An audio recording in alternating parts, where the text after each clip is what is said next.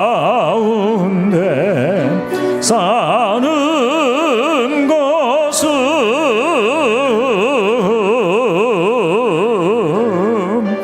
나를 사랑하사 자기 몸 버리신 예수 위에 산 것이라.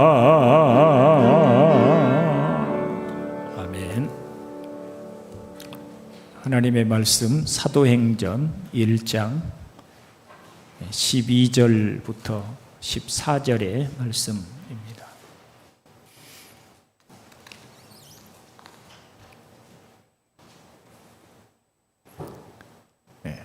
봉독합니다. 제자들이 감람원이라 하는 산으로부터 예루살렘에 돌아오니 이 산은 예루살렘에서 가까워 안식일에 가기 알맞은 길이라. 들어가 그들이 유하는 다락방으로 올라가니 베드로, 요한, 야고보, 안드레와 빌립, 도마와 바돌로메, 마테와 및 알페오의 아들 야고보, 셀로딘 시몬, 야고보의 아들 유다가 다 거기 있어 여자들과 예수의 어머니 마리아와 예수의 아우들과 더불어 마음을 같이하여 오로지 기도에 힘쓰더라. 아멘. 기도합니다. 하나님 우리 아버지, 이제 주의 말씀을 듣고자 하오니 이 말씀을 통해서 우리를 깨우쳐 주시고 우리 안에 주의 영으로 새롭게 하시는 은혜를 주시옵소서. 예수님의 이름으로 기도드립니다. 아멘. 자, 오늘 본문은 제자들이 감람원이라 하는 산으로부터 예루살렘에 돌아오니 이 산은 예루살렘에서 가까워 안식일에 가기 알맞은 길이라. 이렇게 시작을 하지요. 감람원이라는 산은 여러분이 익히 알고 있는 겟세마네 동산과 같은 지명입니다. 거기에 감람나무, 즉 올리브 나무가 아주 오래된 그런 올리브 나무가 많이 있어서 예수님께서 늘 예루살렘에 오시면 그곳에 가셔서 기도하시던 그런 장소였습니다. 여기에서 예수님이 하늘로 승천하여 올라가셨죠. 그래서 예수님께서 하늘로 승천해 가신 후에 그곳에 천사가 나타나서 너희가 하늘로 올라가신 예수님을 본 모습 그대로 다시 오실 것이다. 그렇게 가르쳐 주셨습니다. 이제 예수님은 하늘로 올라가셨고 천사들도 그 말을 전하고는 사라졌고 남은 제자들이 고린도전서 15장의 말씀에 의하면 예수님 승천하실 때 본 제자들의 숫자가 거기에 참여한 숫자가 500명이라고 했는데 대다수는 또 자신들의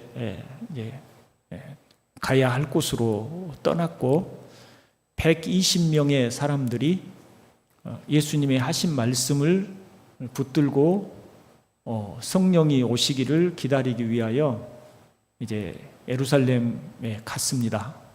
거기서 감람원과 예루살렘 사이는 골짜기 하나를 둔 가까운 거리입니다. 예루살렘 성문을 나서서 밑으로 골짜기 밑으로 내려갔다가 그 반대편 산으로 올라가면 거기가 그 감람원이거든요.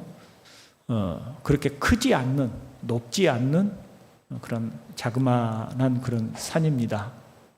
이제 그 산에 이제 감람원에서 다시 예루살렘으로 들어왔고 거기에 함께 모인 곳을 일반적으로 마가의 다락방이라고 하지요. 거기 한 120명 정도가 함께 모였다고 합니다. 자, 그들이 예루살렘으로 돌아와서 무엇을 했다고 합니까? 13절과 14절 한번 보시겠습니까? 한번 읽어봅니다. 들어가 그들이 유하는 다락방으로 올라가니 베드로, 요한, 야고보, 안드레와 빌립, 도마와 바돌로메, 마테와 및 알페오의 아들 야고보, 셀로딘 시몬, 야고보의 아들 유다가 다 거기 있어 여자들과 예수의 어머니 마리아와 예수의 아우들과 더불어 마음을 같이하여 오로지 기도에 힘쓰더라. 자, 여기 뭐 했다고 합니까? 오로지 기도에 힘쓰더라고 합니다. 자, 우리는 이 구절을 무심코 읽어갑니다. 그렇죠? 모여서 그저 열심히 기도했구나. 왜 기도에 힘썼을까요? 네? 성령 받기 위해서? 네. 일반적으로 우리가 다 그렇게 생각을 합니다. 자, 그런데 예수님께서 하늘로 가시기 전에 너희가 약속하신 성령을 기다리라 하셨죠. 그러면 성령이 오신 것은 이미 약속된 바이시죠. 약속된 성령께서는 기도한다고 오시고 기도 안 한다고 안 오실까요? 어쩔 것 같습니까? 약속하신 성령이에요. 그것도 오순절에 이미 오시기로 약속되어져 있습니다. 오순절을 너희들 기도 안 하면 좀 늦게 오실 거야. 그게 아닙니다. 오순절에 오셔야 합니다. 왜냐하면 오순절이라는 절기와 성령이 오신 것 사이에는 연관관계가 있기 때문에 반드시 오순절에 오셔야 합니다. 그것이 하나님이 정하신 구속 경륜입니다. 그러면 하나님이 정하신 그 일을 기도한다고 오고 기도하지 않는다고 오지 않을 것인가? 그건 아닙니다. 성령이 이미 오시기로 약속되어져 있습니다. 그러면 성령을 기다리는 일과 기도와는 어떤 연관성이 있기 때문에 여기 모인 사람들은 오로지 기도에 힘썼을까요? 여기 오로지 힘쓰더라라고 하는 말은 거기에 자기를 붙들어 매다라고 하는 뜻입니다. 그러니까 나라고 하는 사람을 기도에 붙들어 맸다 이런 뜻이니까 다른 어떤 행동이나 다른 데 마음을 쏟는 것이 아니고 오로지 기도에만 몰두하고 있었다라고 하는 그런 말이죠. 왜 제자들은 여기 모인 제자들은 오로지 기도에 힘썼을 것인가? 자, 주님의 말씀을 따르면 약속하신 성령이 오신 다음에 제자들은 뭘 해야 한다고 했습니까? 성령이 오시면 너희가 권능을 받고, 자, 권능을 받는 것까지는 하나님이 하시는 일이에요. 하나님이 약속하신 대로 성령이 오시고, 성령이 오시면 당연히 권능이 주어집니다. 그 다음에는 뭘 하라고요? 예루살렘과 온 유대와 사마리아와 땅끝까지 이르러서 내 증인이 되리라. 주님의 증인의 삶을 살아야 하는 것입니다. 그런데 주님의 증인, 복음의 증인, 주님의 증인 되어서 살아야 하기 위해서는 다락방에 그대로 모인 채로 증인의 사명을 감당할 수는 없겠죠. 나가야 합니다. 이제는 다락방의 문을 열고 세상으로 나가야 합니다. 그 일을 주님께서는 마태복음 10장 16절에서 이렇게 말씀합니다. 보라, 내가 너희를 보냄이 양을 이리 가운데 보냄과 같도다 라고 하셨습니다. 주님의 증인되어 복음을 들고 나가는 일에는 매우 큰 위험과 어려움이 기다리고 있다는 것입니다. 이 복음의 증인으로서 나가기 위해서는 단순히 말로만 나가는 것이 아닙니다. 예수님께서는 십자가에 죽으시고 부활하셨습니다. 이 예수를 믿기만 하면 구원을 얻습니다 하고 말로만 전파될 수는 없는 것이에요. 말과 더불어서 삶으로서 복음의 증인이 되어야 합니다. 말로 전하고 그 말로 전한 것을 내가 믿으니 믿는 자로서의 삶의 모습이 그 사실을 믿는 것에 대한 삶의 모습이 나타나야 하는 것이죠. 그래야 증인으로서의 합당한 모습이 있는 것이죠. 말만 하고 내가 삶으로서 내가 그 믿는다는 표시를 하지 않으면 그건 그냥 말뿐이지 증인의 삶이 아닌 것이죠. 그래서 삶으로 증거되어져야 하는 것입니다. 자, 복음이 삶으로 증거되어져야 한다라고 할 때 이것을 우리가 몇 가지 생각해 볼 수 있습니다. 자, 복음은 가장 큰 핵심적인 줄기로 세 가지를 얘기를 할 수 있습니다. 첫째, 누구를 믿는 것이어야 합니까? 하나님이 창조주이신 것을 믿어야 합니다. 하나님이 창조주이신 것을 믿는다라고 하는 것을 생각해 보면 우리는 그 하나님이 창조주이심을 믿으면 우리는 누구라는 거예요? 피조물이라는 것입니다. 그러면 나는 하나님에 의해서 지음받은 피조물입니다. 나는 하나님에 의해서 지음받은 사람입니다. 나를 지으신 분은 하나님입니다. 라고 할 때는 무슨 의미가 거기에 들어있죠? 하나님은 나라고 하는 사람의 뭐가 되죠? 주인이 되시는 거죠. 나를 지으신 분이니까. 나의 주인이 되신다는 것을 의미를 하는 것입니다. 그래서 나를 지으신 분이, 예를 들어서 하나님께서 우리 정수의 권사님을 지으셨습니다.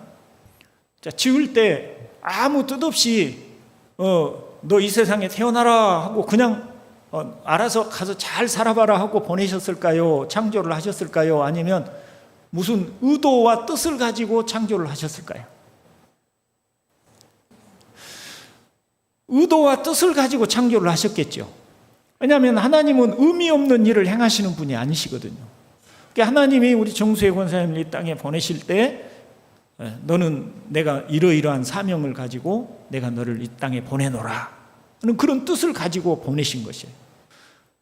자, 그러면 이제 사람 입장에서는 나를 지으시고 나를 이 세상에 보내신 하나님께서 나의 주인이신 당신이 나를 이 땅에 보내신 목적이 무엇입니까? 뜻이 무엇입니까? 라고 하는 것을 묻고 그 뜻을 따라서 살아가는 것이 하나님을 창조주로 인정하고 살아가는 것이어야 하겠죠. 그게 복음의 첫 번째라고 말할 수 있습니다. 두 번째는 우리는 타락했다는 것입니다. 그래서 하나님의 영광에 이르지 못한다는 것이죠. 타락이라고 하는 것은 뭐냐? 내가 거짓말을 하고 나쁜 짓을 하고 남에게 해코지를 하고 그래서 타락이 아닙니다. 타락은 뭡니까? 하나님을 나의 창조주로 인정하지 않는 것이죠. 하나님을 나의 삶에서 배제하고 살아가는 것이죠. 그럼 하나님을 배제하니까 그 사람이 무엇을 위해서 살고자 하는 것입니까? 하나님을 나를 창조하고 나를 이 세상에 보내신 하나님을 배제하고 하나님 나는 믿지도 않고 하나님 뜻대로 날 살 생각도 없고 나는 나를 위해서 살겠습니다. 내가 목적한 내 인생, 내 행복, 내가 원하는 내 인생을 내가 살겠습니다. 이게 타락이에요. 이 성경이 말하는 타락이에요.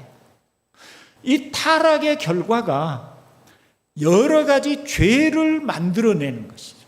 죄악된 행위들이 나타나는 것입니다. 나를 창조하시고 지으신 하나님의 목적이 있어서 나를 보내셨는데 하나님 필요 없어요. 나는 그런 목적대로 살 생각도 없고 하나님 당신도 난 인정하기 싫고 나는 내가 원하는 내 인생을 내가 살 생각입니다. 내가 원하는 대로 살 것입니다. 이렇게 배제하고 살아가는 것이 타락의 삶이고 그러니 하나님이 나를 목적하신 영광에서 떠나버린 삶이 되는 것이죠. 이것을 우리가 인정하는 것입니다. 그러니까 이것을 우리가 인정한다는 것은 내가 잘못된 삶을 살아왔다는 것을 인정하는 것이죠. 내가 타락했음을 인정하는 것이니까. 타락한 죄인이라고 하는 걸 인정하는 것이니까 내가 잘못 살아왔습니다 라고 인정하는 것입니다.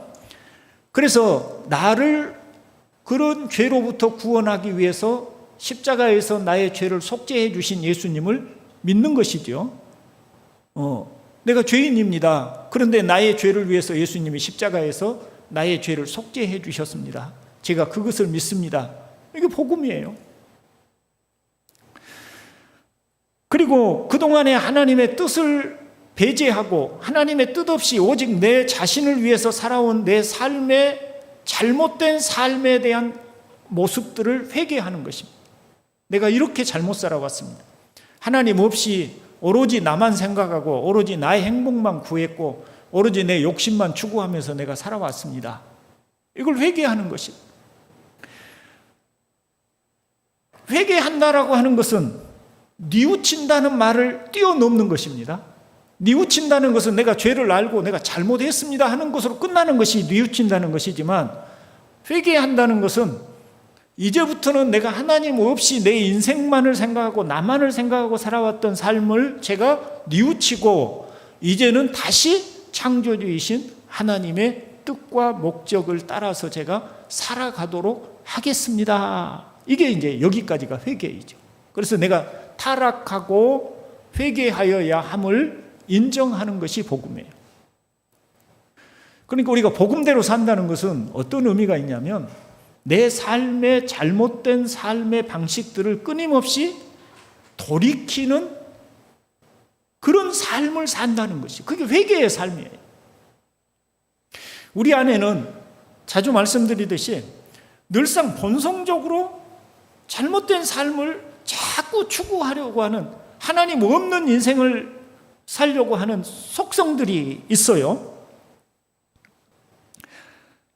그런 속성들이 우리 안에 자동적으로 우리 안에 나타난단 말이죠. 그런 삶을 살다가 그런 삶을 끊임없이 뉘우치면서 아이고 하나님 오늘도 제가 그냥 오로지 내 생각만 하고 내 욕심만 차리고 내 뜻대로만 살았네요. 잘못했습니다. 그렇게 살아서는 안 되는 구원의 은혜를 받은 사람인데 제가 그렇게 살았습니다. 회개합니다. 다시 하나님께서 나를 향하여 가지신 뜻이 무엇인지를 살피고 하나님이 기뻐하시는 삶으로 살고 싶습니다. 나를 도와주십시오. 이렇게 기도하고 사는 것이 바로 회개의 삶을 사는 것이, 그게 복음의 삶을 사는 것입니다. 세 번째는 이 땅을 떠난 후에 약속하신 나라에 이르고 그때는 우리의 성품과 삶에서 흠없는 모습으로 변화될 것을 믿고 사는 것입니다. 지금은 내가 이렇게 부족합니다. 지금 내가 이렇게 연약합니다. 그러나 하나님, 제가 나중에 주님이 재림해 오시고 제가 주의 나라에 이르게 되면 제가 이런 부족한 모습이 아니라, 허물 많은 모습이 아니라 주님이 나를 흠없는 모습으로 변화시켜서 하나님만을 위한 삶을 살게 해 주실 줄로 믿습니다. 이 세 가지가 기본 골격이에요. 하나님이 나의 창조주이시고 나의 왕이신 것을 인정하고, 그런데 나는 타락해서 하나님을 뜻을 따라서가 아니라 내 자신과 내 행복만을 구하고 나만을 위한 삶을 살고자 했다는 것을 늘 뉘우치고 회개하며 돌이키는 삶을 살고자 하고, 그럼에도 불구하고 늘 연약하여 하나님 뜻대로 살지 못하는 나를 장차 주님이 부활하게 하셔서 온전하게 하시고 흠없는 모습이 되어 하나님이 기뻐하시는 모습으로 영원히 살아가게 될 것을 믿는 믿음을 가지고 사는 것입니다. 그게 회개의 삶으로, 그런 삶을 우리가 복음의 증인된다는 말은 입으로만 그런 것들을 전하는 것이 아니라 우리의 삶으로, 내가 그런 삶의 모습으로 살아가는 그런 모습으로서 주님의 증인되어 살아가는 것이죠. 졸리니까 복음 찬송 한 장 더 할까요? 48장, 복음 찬송 48장. 네, 지금 제일 졸릴 시간입니다. 박수 치면서 참.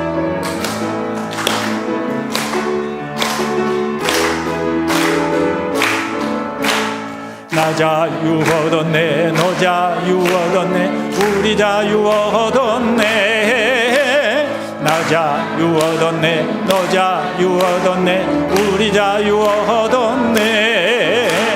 주 말씀하시길 죄사슬 끊겼네.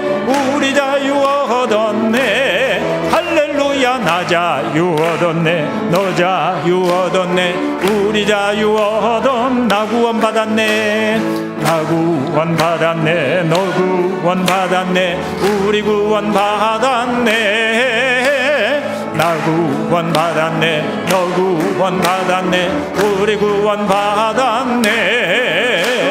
주 말씀하시길 죄사슬 끊겼네. 우리 구원 받았네. 할렐루야. 나 구원 받았네. 너 구원 받았네. 우리 구원 받았네. 나 성령 받았네.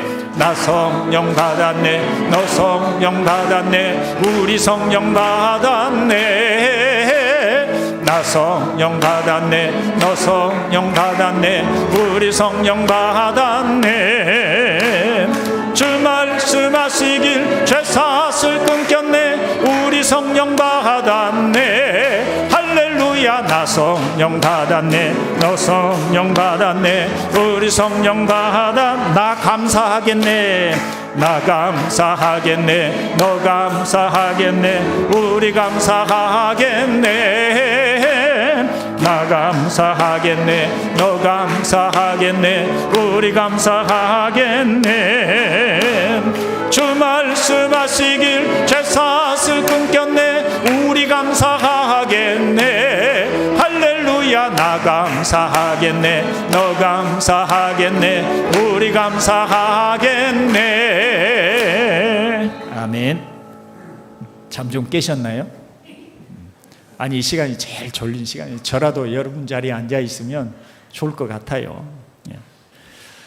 자, 그래서 증인의 삶을 사는 일이 그렇게 힘드니까, 그런 삶을 살아야 하는데 그게 힘드니까 오로지 기도에 힘썼다.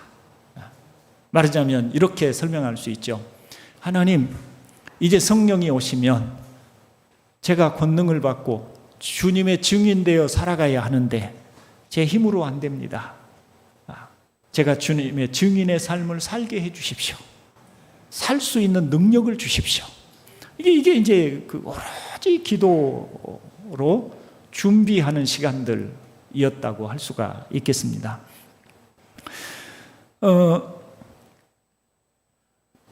기도는 복음의 삶을 살기 위해서 반드시 필요한 것입니다. 그 두 가지 이야기를 드리고 싶어요. 첫째, 주님이 베드로에게 주신 말씀입니다. 요한복음 21장 18절, 우리 화면에 한번 띄워 보시겠습니까? 요한복음 21장 18절.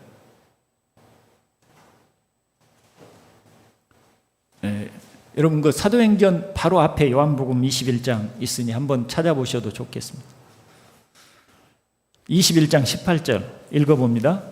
내가 진실로 내게 이르노니 내가 젊어서는 스스로 띠띠고 원하는 곳으로 다녔거니와 늙어서는 내 팔을 벌리리니 남이 내게 띠띠우고 원하지 아니하는 곳으로 데려가리라. 누가 누구에게 하신 말씀이죠? 예수님이, 부활하신 예수님이 누구에게? 베드로에게. 자, 여기서 남을 굳이 나 말고 다른 사람만을 꼭 의미하는 것이 아니라 주님으로 바꾸어 볼 수도 있죠. 지금까지는 네가 원하는 대로 살았다. 네가 아침에 허리띠를 단단히 동여매고, 자, 오늘도 자, 하루를 힘차게 살아보자. 허리띠를 단단히 동여매고, 자, 하루를 시작합니다. 누구를 위한 삶을 사는 거죠? 자기 자신을 위해.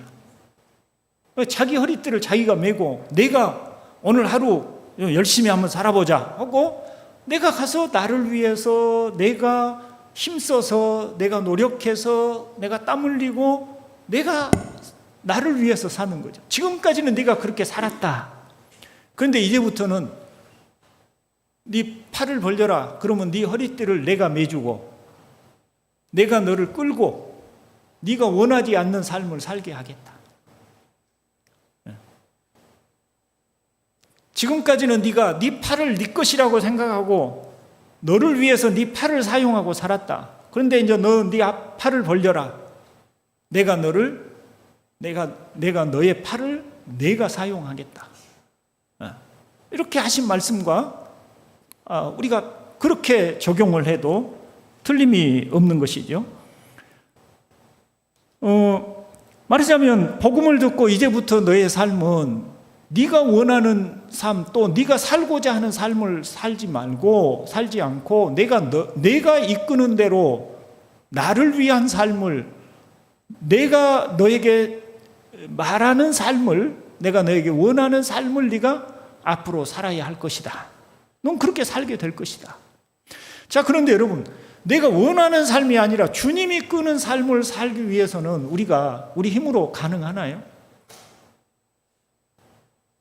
가능합니까? 안 되죠. 안 돼요. 우리가 원하는 삶은 안 돼요.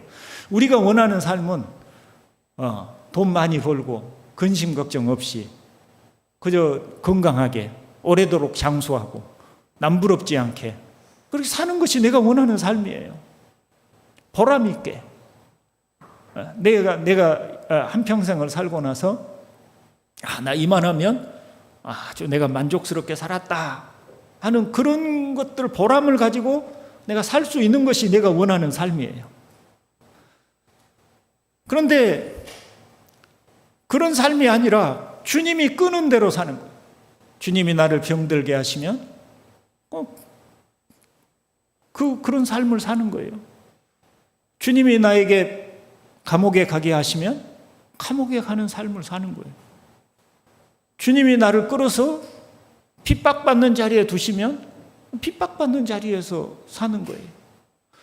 주님이 끄는 대로 사는 삶이라는 것은 내가 원하는 삶이 아니기 때문에 그것은 내 힘으로 살아낼 수 있는 삶이 아니죠.